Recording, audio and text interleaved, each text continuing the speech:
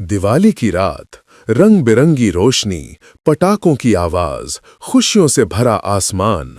लेकिन इन्हीं उजालों के बीच एक छोटा सा घर, एक पिता की आंखों में गहरी चिंता और एक 8 साल की बच्ची जिसकी जिंदगी आज हमेशा के लिए बदलने वाली थी। ये कहानी है ज्योत्सना धवले की। 1995 महाराष्ट्र के चंद्रपुर शहर का डटनागर इलाका।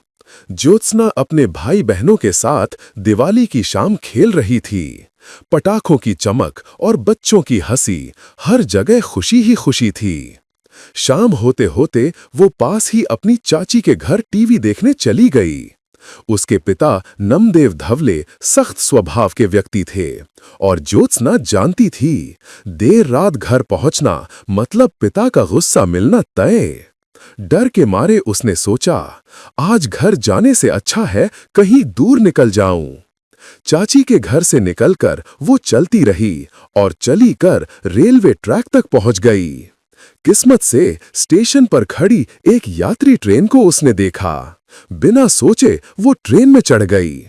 उस वक्त उसे नहीं पता था कि ये सफर 21 साल लंबा होने वाला है।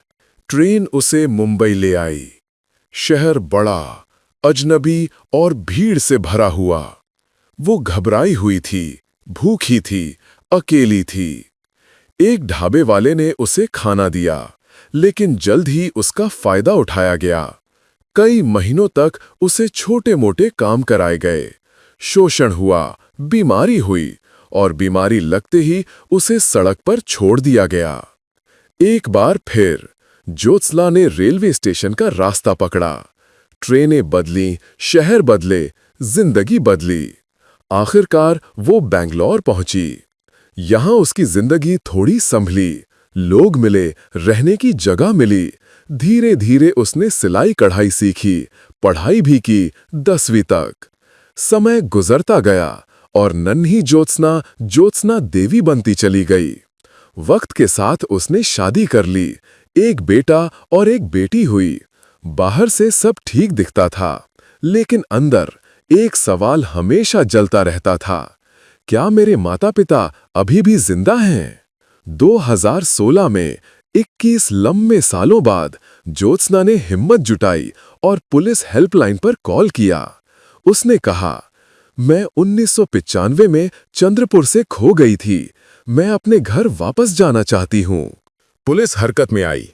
पुरानी मिसिंग फाइल्स खोली गईं। पुराने रिकॉर्ड, पुरानी तस्वीरें निकलवाई गईं। जांच में 8 दिन लगे और फाइलों में मिला एक नाम, ज्योत्सना धवले।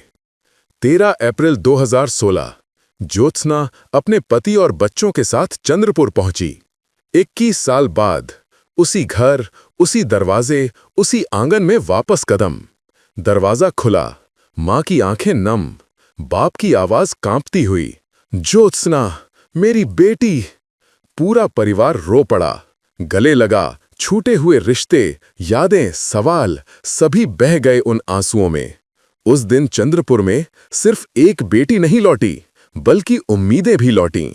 और पता है, उस दिन दिवाली जैसे ही उजाले घर में लौट आए। 21 साल बाद मिली ज्योत्सना की कहानी हमें सिखाती है, उम्मीद कभी मत खोइए। कभी-कभी जिंदगी सबसे अंधेरे रास्तों से होकर भी घर की ओर ले आती है।